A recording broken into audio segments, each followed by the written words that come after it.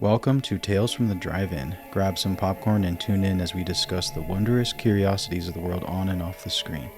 I'm your host, BJ, filmmaker, paranormal enthusiast, and horror fanatic. Today I'm excited to welcome Ashley Lunar Goddess, Guerrilla Girl filmmaker, horror-loving cinifile, and co-host of the Three Haunted podcast. Today we'll be talking dreams and vampires.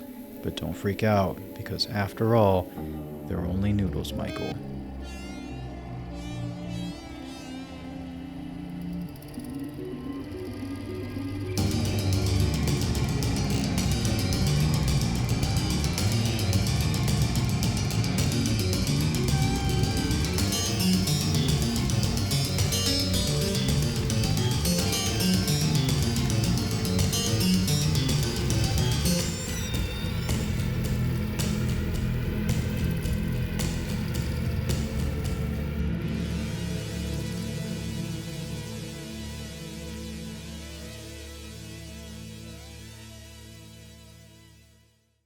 Welcome. How's it going? How's everything from the move and all that?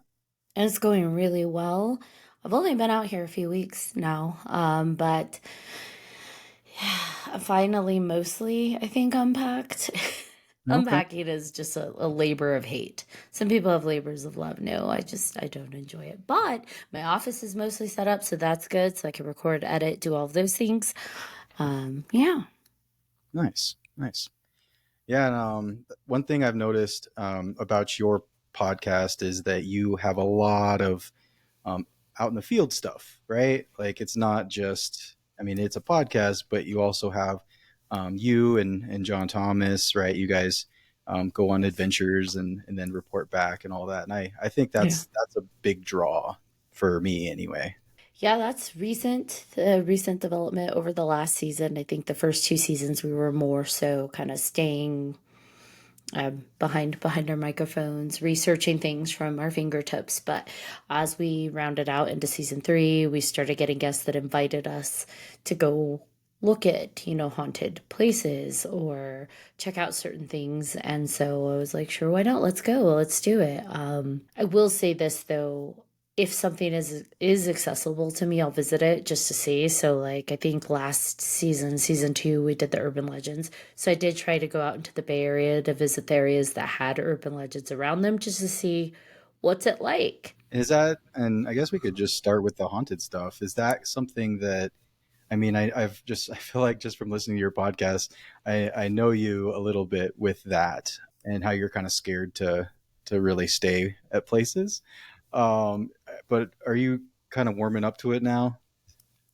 Parts of it, like I will go to haunted places or places that are considered haunted during the day. I'll even go at night, but the idea of sleeping somewhere that is considered haunted unnerves me. And I think this ties into the sleep paralysis and stuff like that. I just feel extremely vulnerable in my sleep. So I don't typically like to sleep places unknown, even if it's not haunted. So especially if something is considered haunted, I'm like, nope, I'm good. I am so good. Cause could you imagine waking up in sleep paralysis in a haunted space? Mhm. Right. Have you ever had that, like sleep paralysis, not in a haunted place, but like in a place that wasn't your home? Yeah. And it's terrifying because you have the added element of this is the unknown, this is unfamiliar. And now I'm in this even more vulnerable space where anything could happen to me. And yeah, it's not fun. So yes, I have had that outside of my Oh, own bed, and it's not great. yeah, that's scary. I've definitely had sleep paralysis too, and I think we talked about it on your show, but yeah, it's not a fun experience, especially if you see stuff too on top of not being able to move, and you can just kind of, I can gut out like sounds, but I can't like move my mouth. It's more of a kind of thing. But that's basically all I can do. But always at home. I don't think I've ever had it in a hotel or anything like that. That would mess me up, I think, pretty good. But yeah, I'm sorry you've had to deal with that. Yikes. As I've gotten older, I don't experience it as much unless I'm, like, for example, sick. If I've got a fever or if I'm just run down, it does seem to trigger that. But typically it's not as prevalent as it used to be. Like years ago, oh my gosh, it was like once or twice a month. And that was a lot. And I couldn't even make sounds. Like I would try, you know, that feeling like you're trying so hard to scream, like your chest is raging, but just nothing's coming out. Hmm. That was, you know, that's my first response when it occurs. But I've learned over time how to focus on my breathing to kind of snap myself out of it. But it's still scary. It's still Hmm. really scary. And like you said, if you see things, which by the way, I do. So I hear and see things in that space. And so it's hard sometimes to focus on your breathing to wake up all the way because you have all this distraction that's terrifying. Yeah, that's. I don't think I've ever heard anything. I've definitely seen some stuff, but hearing things like, was it like close to your ear kind of deal, or? Yeah. And it sounded like for the times that I've heard something menacing, kind of, or it feels menacing to me, it usually sounds like a thousand voices all at once. Hmm. So it's really loud and it really hurts. There's only been one time where it was, I'm still not sure what it was. Because most of these, I'm just like, okay, this is my brain doing something. Hmm. But there was one instance with my brother where he was kind of like by proxy witness. And that to this day still terrifies me. Yeah, I mean, dreams are your. I mean, you're in your sleep. You're vulnerable. You can't like move, and you're just. Yeah, there's something about it. That's supposed to be your safe space, right? And yeah, I I don't like it either. I think for me, when it does happen, it's more of it's kind of an annoyance at this point, rather than like freaked out just because you've had it a few times, and then your mind's like, okay, I know what I'm having to deal with. Let's just kind of go through the steps of waking up or going back to sleep, and then we'll kind of see what happens. But Yeah, when it happens to me, my whole body feels like it's almost buzzing or vibrating. So it's really annoying.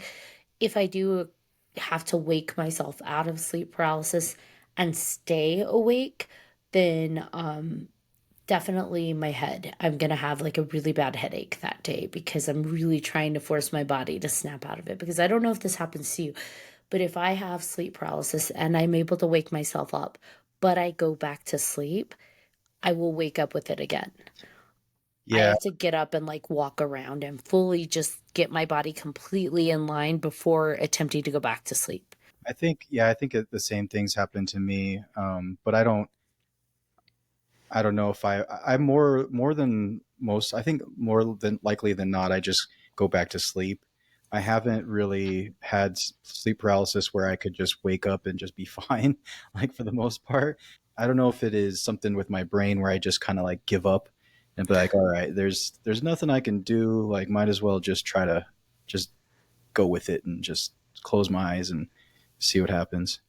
Yeah, I think that's where the headache comes from on my end because I will fight through it until I am all the way up. And then once I've like forced my body, and it feels like a full body fight, once I force my body to get up, walk around, do whatever to get it all the way awake, just so I can go back to sleep, it doesn't happen again if I can do that.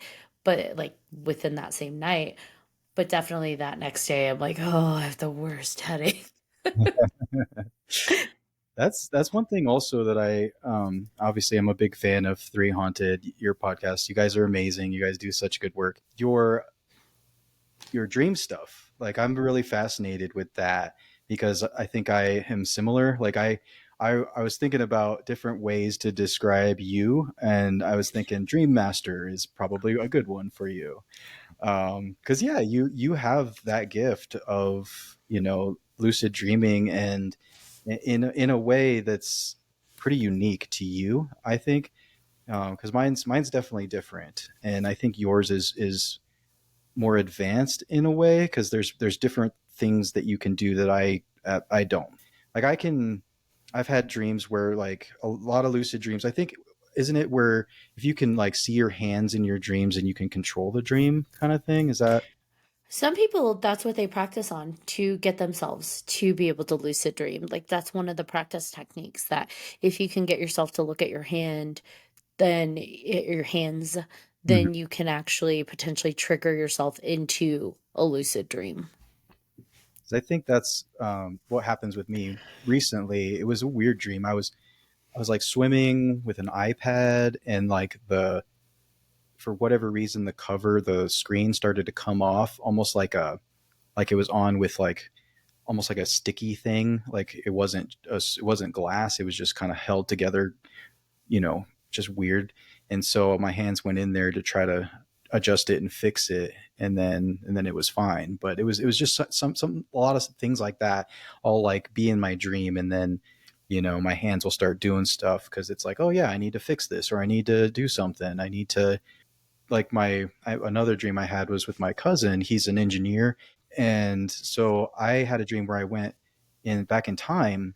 And I knew it was back in before the original iPhone came out because it was like in the early 2000s or something like that. And I brought my iPhone and I was showing him how to use it. Oddly enough, it was a very weird like time travel dream, but I loved it. Like I woke up, I'm like, yeah, that was so cool. Like I remember going back in time. I remember messing with the technology and him being stoked about it. He's like, yeah, this is crazy. Have you ever had dreams past like going back in time? Kind of. And I don't know if you have listened to this episode yet, but there was one of our guests, David Gunn, actually. He's like our resident ufologist. He studies all the, he knows a lot of facts. I wouldn't say he studies it, but he has a lot of facts about history and reports of aliens.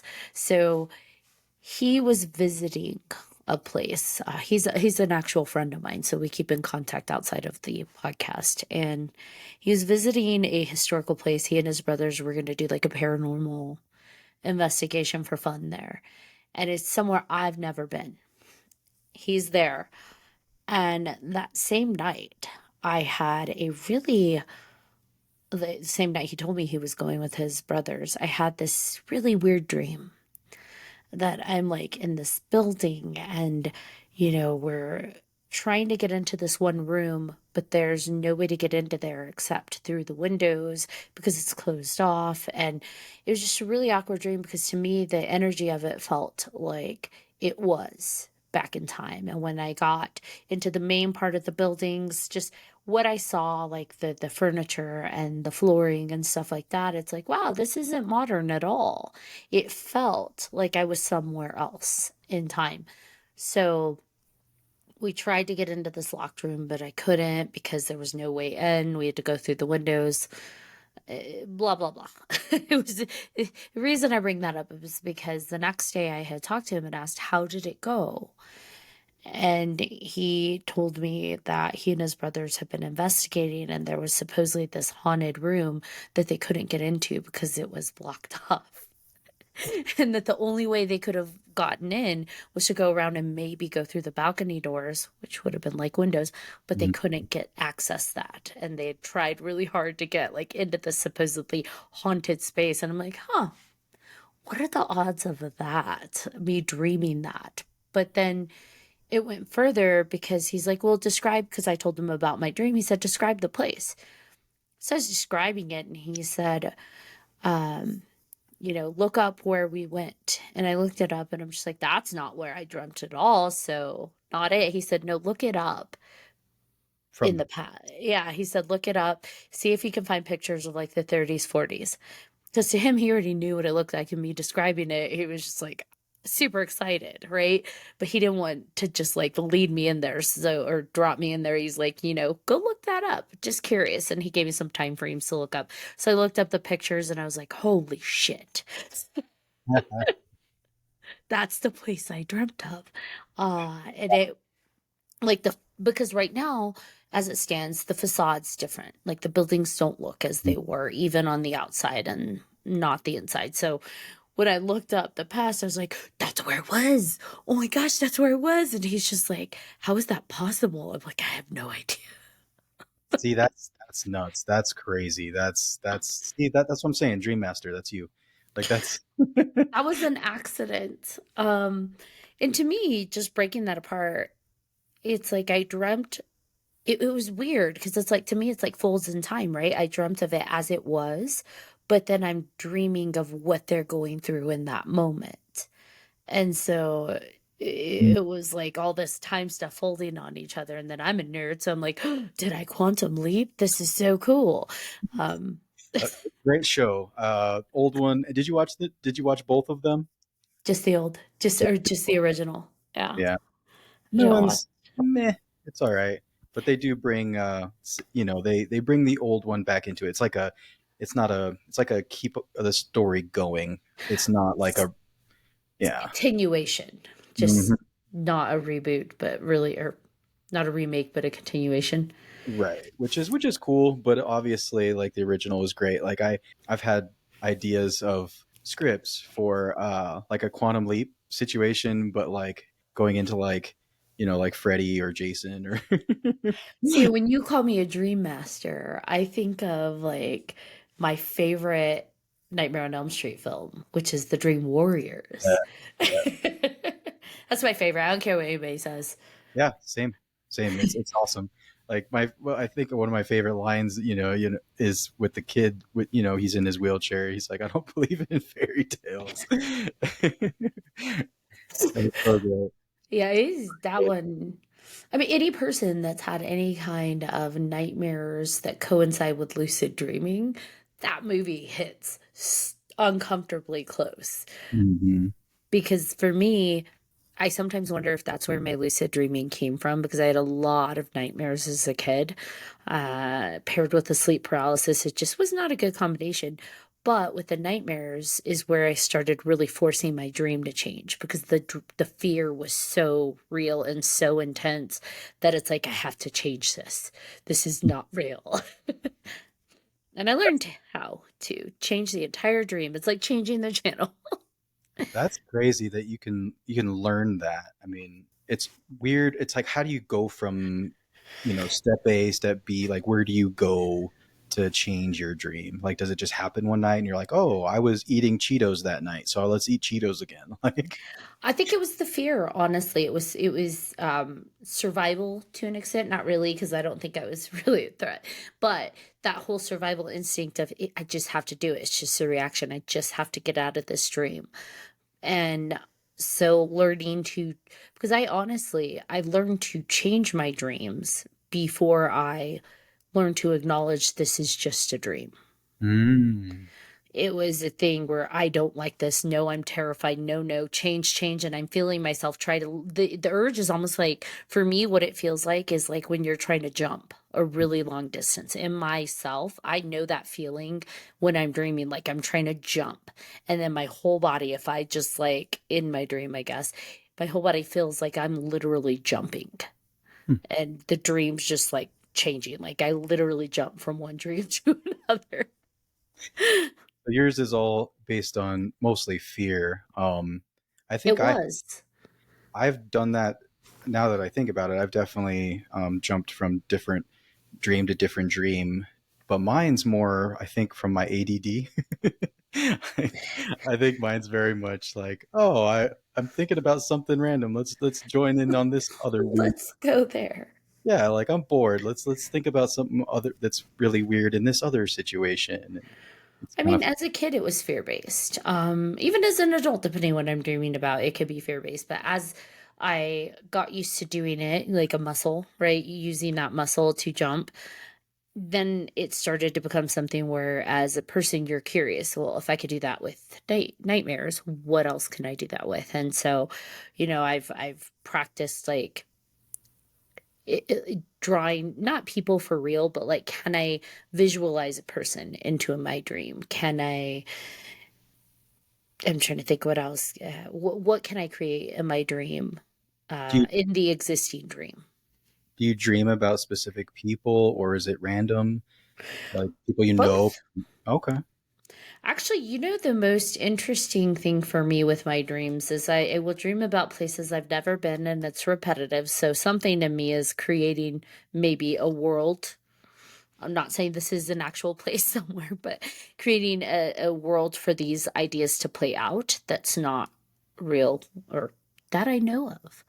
And what's interesting is I have dreamt of probably some of the same people, but different people. But their energy is the same. So it's like, ha, I've met you before. You look different, but your energy is exactly the same. You are the same person that maybe was, this is gonna sound really off the wall crazy, but like maybe you were a werewolf 2 dreams ago and now you're a human, and then you were a like vampire, and then you were a like, but it's the same energy behind it. So it's just like, I know you.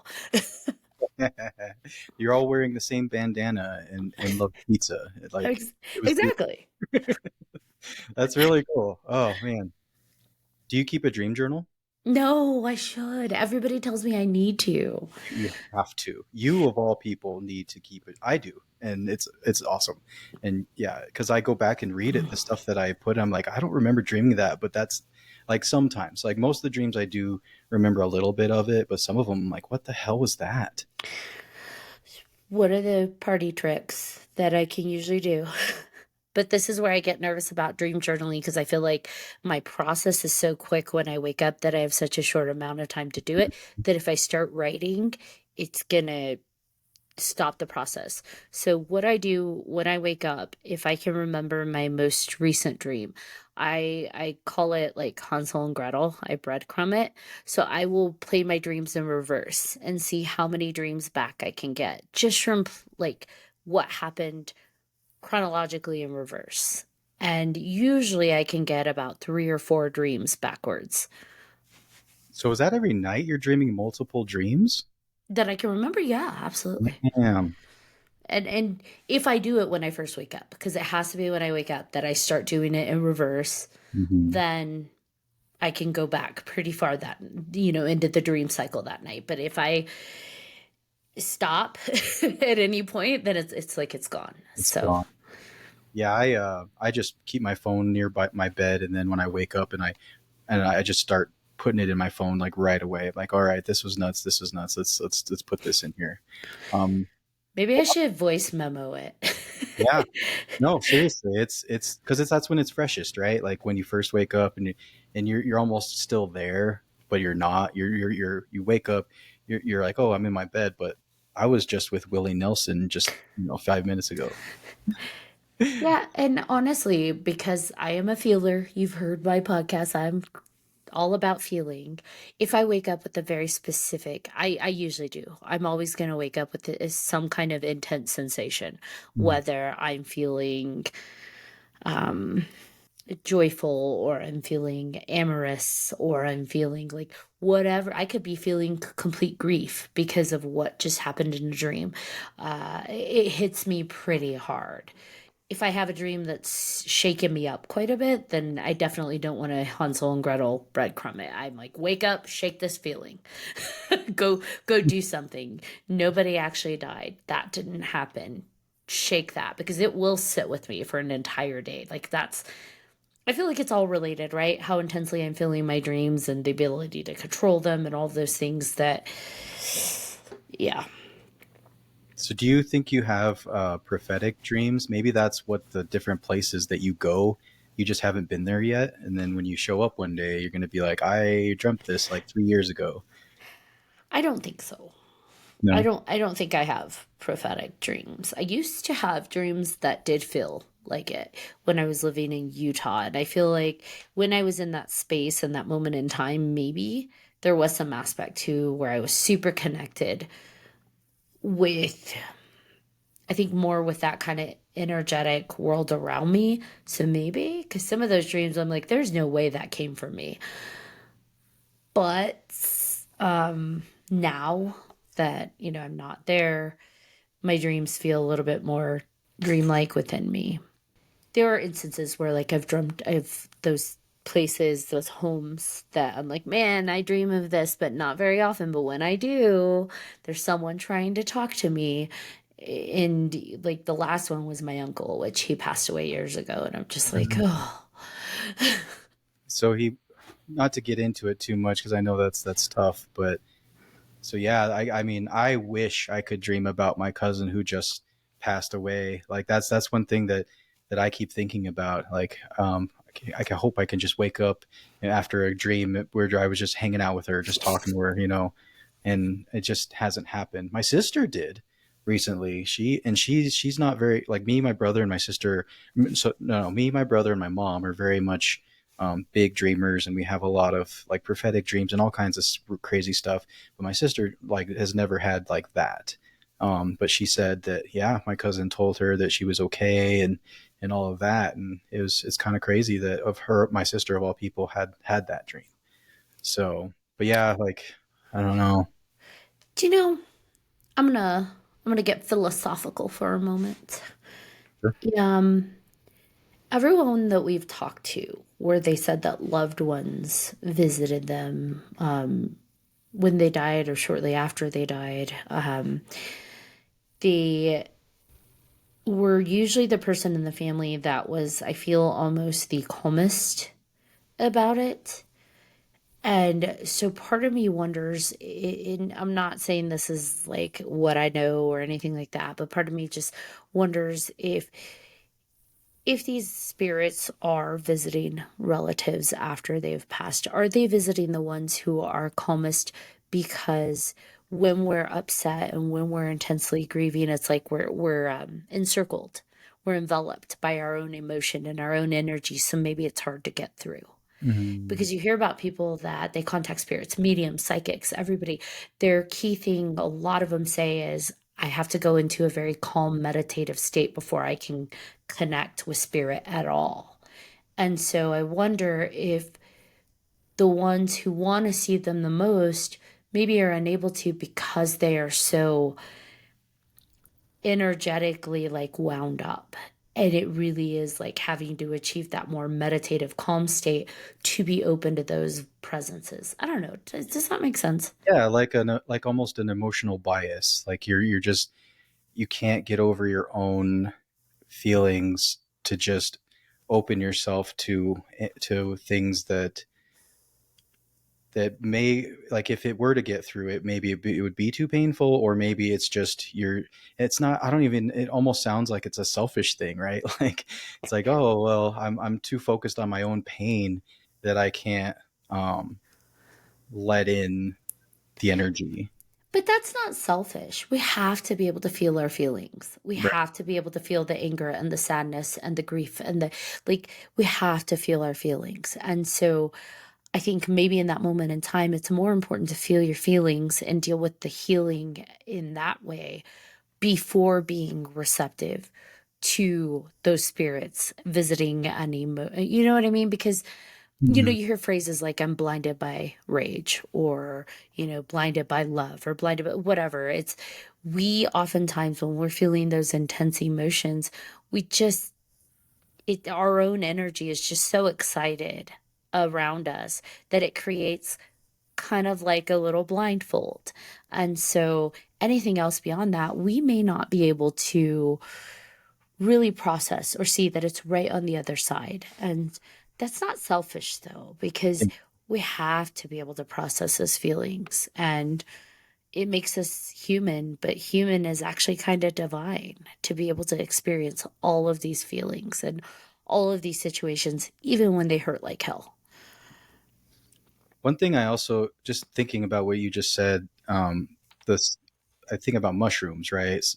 Magic mushrooms, and I've done some research on it, and just people that do it and that have those trips, a lot of it is being able to step outside your own existence and experiencing um, existence in the world and the universe outside of who you are, and being able to look at um, life in a different perspective. And I think that helps people because a lot of people, they treat depression and anxiety and all the things with mushrooms, and that seems like it'd be something that I don't know. I don't know if that helps mediums. I wonder if mediums do that kind of thing to. You wouldn't think so, but Every medium I've come across so far has said they absolutely will not attempt to connect to spirit under any influence. And actually, one of our guests, Lady Luna, said, shamans back in the day, they would do the peyote for the spiritual journeys, but they train for that. They Mhm. don't, you know, it's not like you or me, we're going to drop some magic mushroom and connect to the world randomly. Like they train their whole life for that to be able to utilize that to their benefit. But for most people, you know, we're not being trained to do that. It really is more so that space. And also because law of attraction, what you vibrate out you're going to bring back in. So if I take any kind of ayahuasca or mushrooms or whatever and I'm in a bad energetic state, Right. what experience am I going to have? Here What come am I going to Yep, here come the demons. I mean, they know I love them anyways, but here they come. So so you really have to be in that space to you get what you're kind of asking for in a sense. So if you want a positive getting outside of my own way, getting outside of myself to experience the world around me, I have to make sure I'm coming to that plate in a state that's going to support that. Otherwise, here come the demons. I know. Yeah, it's a crazy thing to think about. Just there's so much involved with just with all of it, with dreams and all of that. But I don't know. I have a couple other topics. Like there's so many things I want to talk to you about. So I think we could shift gears a little bit. Talk about something Whatever you like. if that's okay with you. Yes. Absolutely. So one thing I've also noticed about you is your love for vampires. Yeah. So vampires, like it's not just the movies, right? Is it books? Like what is it? All of it. You just laugh. I mean, yes, all of it. So TV, it's movies, books. Uh, TV's, movies, books, all of it, like anything and everything. Just gimme, gimme, gimme. And it's literally all of it. It could be the monster, terrifying vampire. It could be the romantic, forlorn Dracula vampire. It could be everything in between, as long as it's not a damn sparkly vampire, which we know are not really vampires. no, yeah, just yeah, I can't stand. I didn't see all of them. The vampire movies that shall not be named. Yeah. I watched them for my cousin because he was young at the time and I was the only one who was willing to take him. And let me tell you, that's a hard no. Yeah, yeah. I mean, you got to get some stinkers in there, right? With how much content there is out there for vampires, right?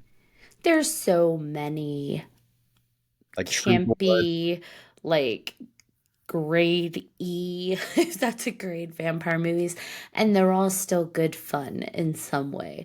I just can't get behind the messages that were being shoved through that specific series that shall not be named of books and movies of sparkly things. Right, right. I'm not Did going you to call them the V word. did you get to see? Have you seen Renfield? Not yet. Is I've heard it's great. It is. I was surprised. Like I was like Nicolas Cage. Like really, but like I mean, it's not just about him. Obviously, like it's the whole story, the way they go about it, the music, the comedy that's in it. Like it's I think there's a lot of like good lines in it. There's a lot of good, like gore, and it's yeah. It's I was pleasantly surprised by it. And look, everybody knows that I love a good quotable horror movie. That's just like The Lost Boys. Always will be, always has been my number one favorite film out of all genres. I don't care what the genre is. Lost Boys is number one. It just so happens to be a vampire film. But the comedy and the quotability of that, like, I quoted it today. Like, that's just a thing. Yeah. Which quote was it? They're only noodles, Michael. Yeah, that's a good go-to one for sure. What is it about that movie? Like, I could tell you why I like it. So we talked about this. So it was before you got to Colorado. I'm I so jealous. oh, in Fort Collins, there's this place called the Lyric. I don't know if you have you heard about it. Uh-uh. So it's this outdoor. So it's an indoor and outdoors. They have two theaters inside, and then they have an outdoor theater where you just bring camp chairs and stuff. But they have art all over the place. They have like all kinds of stuff that you can see and buy. They have like you have to come. It's amazing. It's such a cool place. But so they had the outdoor theater set up, and Tim is it Capello? Capello, yeah. Capello, yeah. So he came, he brought his sax and Did he oil up? so Ah, um yes, I mean he had he still wore a shirt, but it was cutoffs and he's showing his guns and everything. But we watched the movie, and then after the movie, he had his whole setup, and he played a few songs, just whatever songs, which were fun, stuff that he's played, because he talked about Tina Turner, how he played with her and all of that, and then obviously he played to the song. From the movie, and I he still believe, baby. and I got his assigned thing from. So my brother used to work at the movie theater back in the day, and up in their attic they had a bunch of old, just random stuff from random movies. And there was this big. It was not too big. It's like 12 by 12 of the Lost Boys, and on the back it had like the soundtrack of it that they would have just hanging in the movie theaters back in the day, like when it first came out. And then I had him sign that. So What's your address? but and he wrote I still believe. I was like, all right, that's awesome. But he when he talked to him, because he was so cool. Like we were there for like, I don't know, to like two in the morning, 3 in the morning or something, and he was more than willing to talk. Like it was crazy. I'm like, dude, like you're like 70 years old or like 60 something years old. Like where the hell do you get your energy? Right? It was nuts. But he did say, he was like, he's like, they say people are strange, or that song people are strange, when they're in the city and everything, that at the beginning of the movie. And he's like, the people there aren't that strange anymore. It's like, oh yeah, I guess it's changed, that whole area, right? It's so tourist. Yeah, definitely doesn't have that vibe anymore. But the one thing that he did do, which I thought was really fun, was he said, okay, let's everybody, we're going to do the star. And what the star is there was three moves, and he would show Jamie Gertz and show her dance moves in the movie, like the three It's like the side to side and then the clap and things. then So the first thing was like, it was like a wave behind her, so that was like the first one. And then the second one, he's like, this was very Jamie. Like of all the moves, this was the most Jamie, where she would clap her hands and then push him away, just like, and she did like a little body wave. I'm yeah. telling you, I've seen that movie way too many times. And then the third one was the The hair. Yeah. yeah. So Star. Oh my gosh. Yeah, yeah, that was I when I was little, I actually used to tell people, my mom's friends, that my name was Star. Like I watched that movie as a child. I shouldn't have. And I mean like a young child. I was probably four-ish. I don't know. you were like, I want to be Laddie. No, I wanted to be Star Wanted to with be her amazing, glorious hair and her long skirt. And at that, being a young child, I didn't understand the full implication of that. And then as I got older, and the hormones hit, I'm like, oh, hell yeah, I really want to be Star. I mean, I mean, she still is, but she was gorgeous. I mean, she was so great in the 80s. Like she did a bunch of different movies. One that I don't even know if you've heard of this movie, but it's called Solar Babies. Oh, yes, I've heard of that. Okay, so not a lot of people know about that one, but also had I forget his name, the actor that played Michael. Jason Uh, Patrick. Jason Patrick was also in Solar Babies with her. That's why he wanted her. He actually pushed to get her cast for Star in The Because Lost Boys because of Solar Babies. nice. He said it. He had a big, big crush on her. So was pushing to like get her cast in The Lost Boys. Fair enough. And like Solar Babies is its own weird movie, like Yeah. about like post-apocalyptic kids on roller skates, like Yes. Very 80s. very, very 80s. But I mean, roller skates are making a comeback, so it Heck is. yeah. Yeah, But I love the just that movie for me because I think I watched it as a young kid. Just it's everything that I think Joel Schumacher wanted it to be. It was sexy, but it was funny. It had horror, but it also had family, elements of family. And then you have like your found family because then you have the Frog Brothers that are, a part of it now too. And it had every feel good thing that you can mesh together and still have like this edgy, cool vibe to it. It was a blast. I think yes, all of those things. And for me, so and I was thinking about this when I was watching the movie, because I was drunk and having a good time, and I was like, oh, this is why I love this movie. So growing up, I lived by trains. Like trains were like right behind me and everything, and just the scene with them in the trains, and then I have a strong connection for whatever reason with that movie and Stand by Me. So both of them, Oh, yeah, because Kiefer Sutherland is also in that movie, and he's also leading a group of guys, right? And he's wayward, wayward individuals.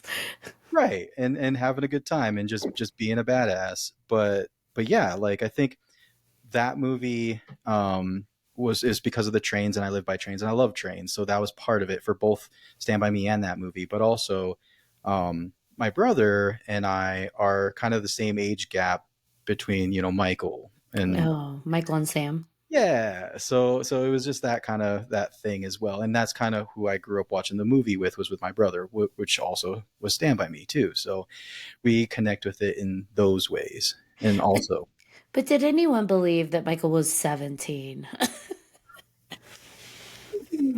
they did things different in the 80s, you know. I'm like, nice casting, guys. I don't know any 17-year-old that looks like that, but sure.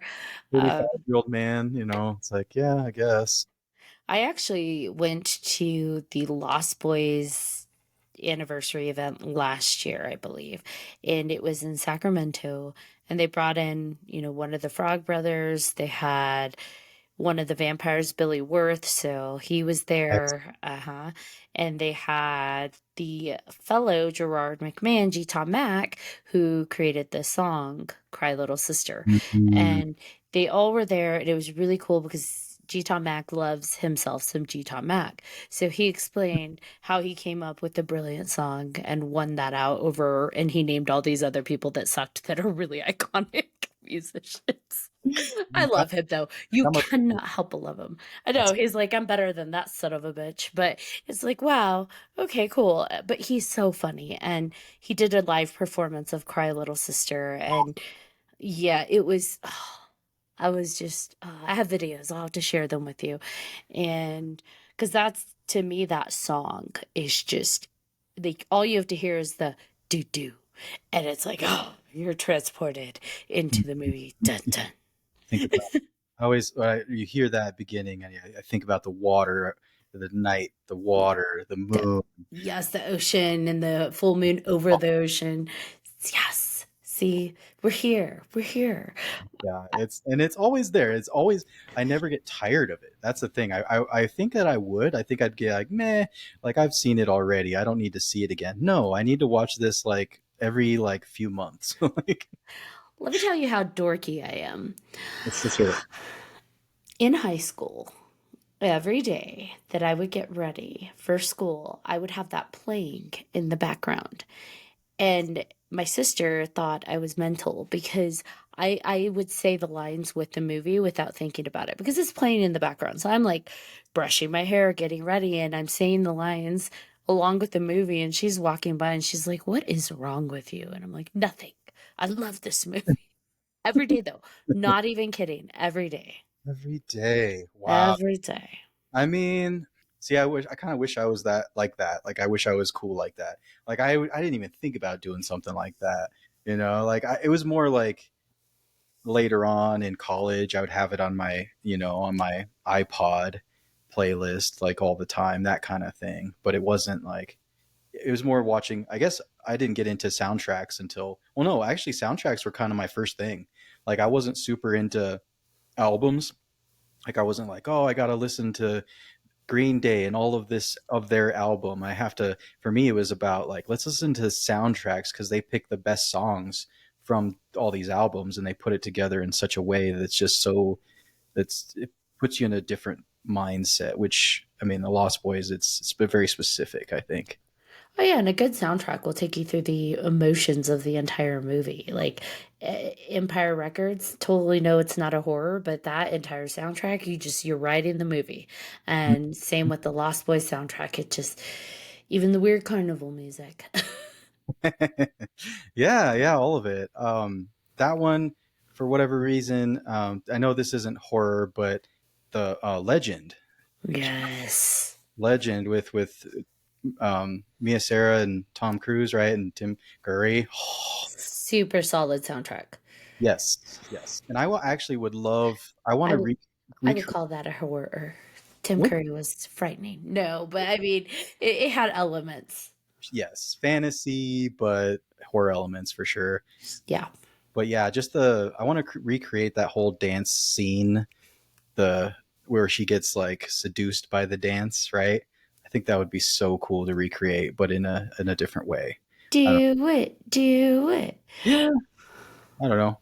I don't know what I would do with it, right? It's like it's like this one dance scene. It's like, here you go, world. Like, People make fan films of random shit all the time. This is just your aspect in your own expressive way. I think it could be really emotionally evocative. Do it.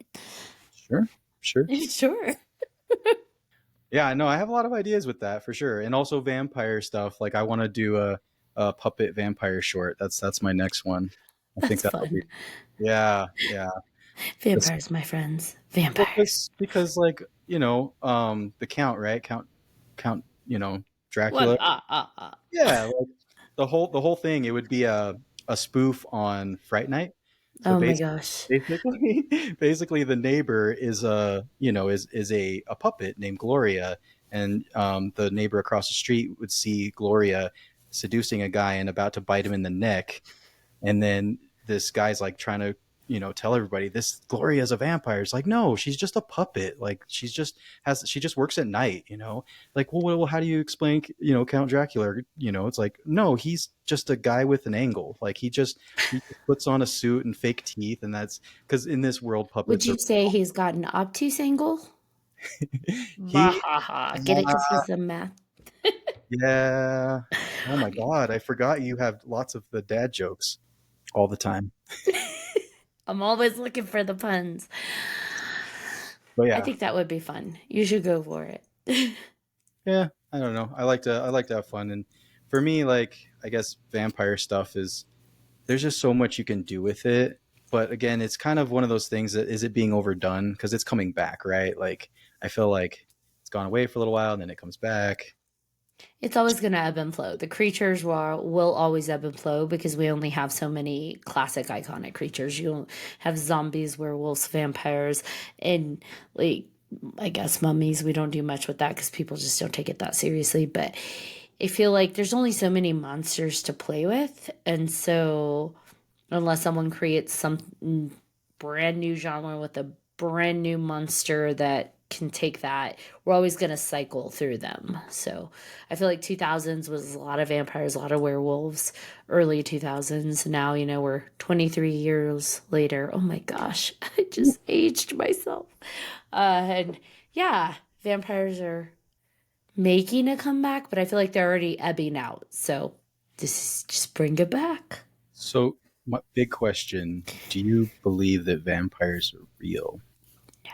Not Not, not not at not all, huh? not sanguinal vampires, no. I think that whatever you want to call energetic vampires, people that can kind of feed off of other people's energy, I think is a thing.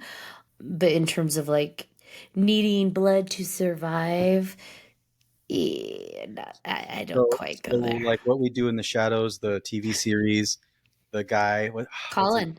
Colin? So Colin's real. I think Colin's kind of real. To an extent, I think there are people who can completely feed off of and influence other people's energies.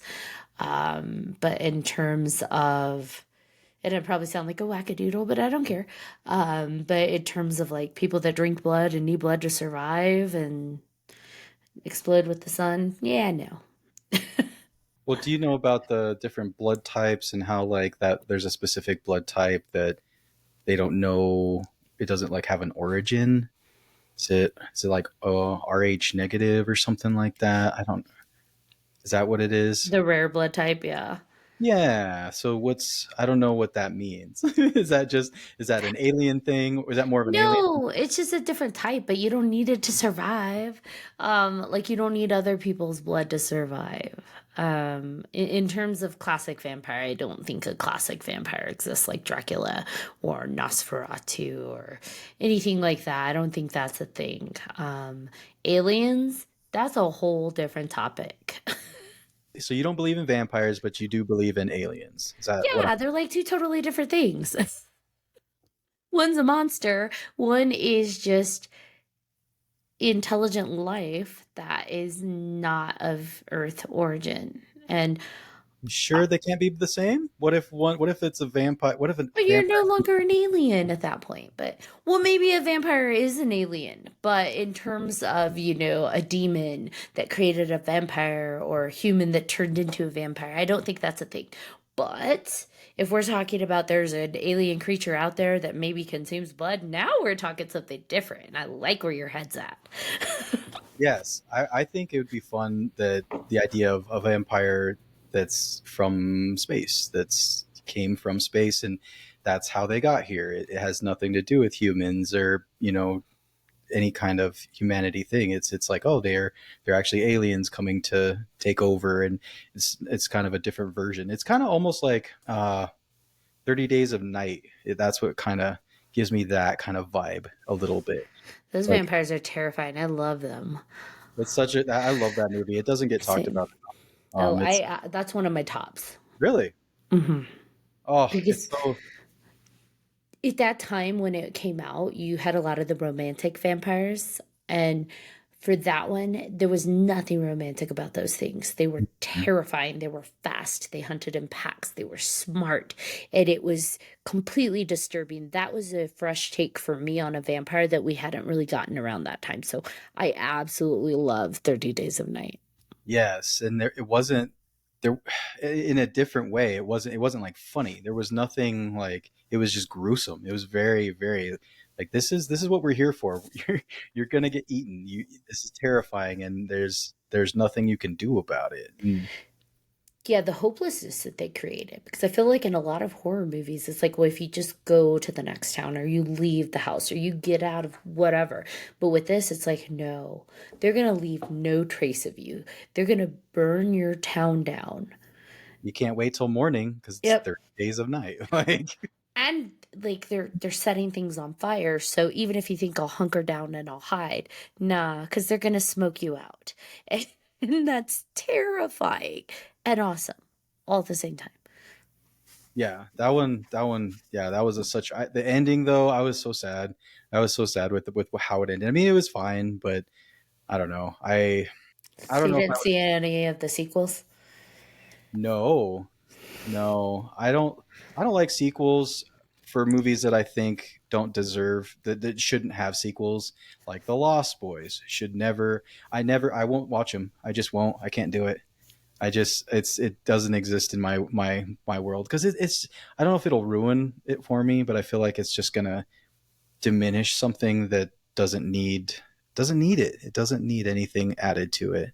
I mean, you never are gonna get an argument for me that The Lost Boys did not need a sequel. Like I consider anything after the first one fan fiction. It's just not. Even if they have Corey Feldman in it, like it's still fan fiction. I can't. Right. Like if you're gonna you make a sequel and Corey Feldman is the person that you have, like Be like nice. no, he's great, but like you gotta have more than just Corey Feldman. Like you can't I don't know. I mean, I love Corey Feldman. I mean, he was great in so many movies. Like I growing up, The Burbs. Like, did you ever see that one? Do you remember that one? Tom Hanks. Yeah, have you ever seen that movie? Oh yeah, that's Oh, one of the like greats. some people haven't. Some people I've talked to, it's like one of those kind of just slip through the cracks kind of movies for whatever reason. No, I love that one. I think that was a dark, very dark comedy, and so I think a lot of people skipped it during that time because dark comedies maybe weren't as big. But Hmm. I loved The Burbs. Well, and they were actually gonna kill Tom Hanks in that movie, but they're like, no, we can't kill Tom Hanks. What? Like, You can't. You can't kill Tom Hanks. no, no. And I think Tom Hanks is in another movie. I think it was like his first movie that they were gonna. I don't remember one of the slashers or something that he was gonna die, and it was one of his first movies. They decided that they weren't gonna kill him because he was just too good of an actor. I don't He's remember. too endearing. You don't like how do you kill So 30 Days of Night, the sequel and TV series and all the stuff they did with it. The sequel actually gives you an answer to Eben. Hmm. Um from the first one. How you feel about it or not, it's not, they don't carry the same cast. So obviously it doesn't feel like the same movie, but they use the same character names. So Okay. maybe worth a watch if you really loved Evan's character. But it's not Josh Hartnett, so. Right, right. And he was so good. And it sucks that he kind of disappeared for so long, right? Until Black Mirror. If you've seen that, the new Black Mirror. I loved him in all of the little horror things that he did because he did a section of horror movies. He did The Faculty, he did 30 Mhm. Days of Night, he did, and I loved The Faculty. Dude, Yeah, I did.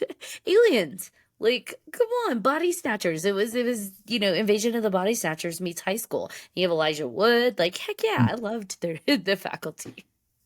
yeah, it seems for me it's like that's such a 90s movie. Like it's so 90s. But it's good. It's like I enjoyed it, but I feel like if I like I watched it not too long ago and I was like, "Oh my god, this is a little dated for sure," but it's still Obviously, but it's still good fun.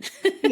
Yeah, yeah. I try not to like there are some movies that have just aged poorly, but or they're just in time, right? They're just they don't they belong where they belong. But you still watch them. You still watch them. They belong where they belong. I mean, because like you try to show a kid the faculty now, like they're like, well, this is dumb. Like I don't know. He hit horror for a little bit. He did the 30 Days of Night. He did the Faculty, Halloween H2O. Um, he was hitting his moment. Actually, maybe he was in 30 Days of Night, the sequel. Was he? I have to check. Yes, he was. It was him. Okay, I'll have to watch that then. I think I'll have to give it a try. Yeah. And I don't know if Stella is the same. I because it was so long ago when I watched it. Because I was with you, I'm like, I don't want to watch anything after what happened to Eben. Like, screw that. But then, I had to. But then you're like, oh wait, there's another one. Yeah, Let's. they replaced Stella. That's what it was. Eben's same, Stella's different. So Hmm. Again, when they change actors and stuff like that too, it's just like, ugh. don't like it. No. Fright Night, another one of my tops though. You mentioned Fright Night earlier. I love it. At some point, I'd like to go to one of the shows and take an apple and a fake apple and have Chris Sarandon sign it. I was gonna say you can't have do a real one because it's just gonna rot, and No. then you wasted it. No, I'm gonna take an apple and get him to sign it. His hands in that movie, oh god, so long, his fingers so creepy, and just like, yeah, he was amazing. It was beautiful. He was sexy. He was alluring. He was terrifying. Like I that is the wanted to join in. perfect I was like, vampire. screw it. I was like, well, yeah, I'll man, do let's do it. it. Let's go. I'll go. Yeah, I Like, why want to. is she running from him? No, run to him. Well, I mean, she kind of did. I mean, she was dancing and with him and all that, like That's that. because he bespelled her. Sure, sure. Or maybe it's a little bit of both, but No, he bespelled her. It wasn't, and actually, geek out for just a moment. It wasn't until he was going to bite her that it was her full choice because he stops and he looks at her concerned. And like there's that human element that kind of plays over his face when mm, she gets like scared that he's gonna bite her, and then he pauses and looks at her, and then she's the one that offers her neck up. So yeah. that like everyone's like, oh, you gotta save Amy. It's like, no, Amy chose that. Like full on chose to be with him. So Right, right. And then for Amy to survive and all that, and she's normal and it's fine and nothing. Yeah, it's like, I don't know if she should have survived all that. I mean, she's a bad girlfriend. She betrayed Charlie, she Yeah, betrayed Jerry, and it's just like, neither one of you guys, like, y'all should have both staked her. she Just did. She did have a mouthful of teeth that's very memorable, and I loved it. It was so good. I loved how her vampire was different. That was so cool. Hmm. Yeah, so that kind of thing, when they do that, like it reminded me of another vampire movie from Dusk Till Dawn, right? Like, Oh, I love that movie. yes, yes, just so good. Just you're just and just how gruesome. I just love that movie. Just how it's one movie and then it's just this and then it just hits you so hard. It's like nope, nope, it's actually this, and we're gonna keep hitting you with it, and it gets gross and gruesome, and you're just like I think so. that's what happens when you have two directors. I feel like Robert Rodriguez, like, wrangled in, reined in Tarantino a little bit, and then it's like, oh, fuck it, do it. Do your thing.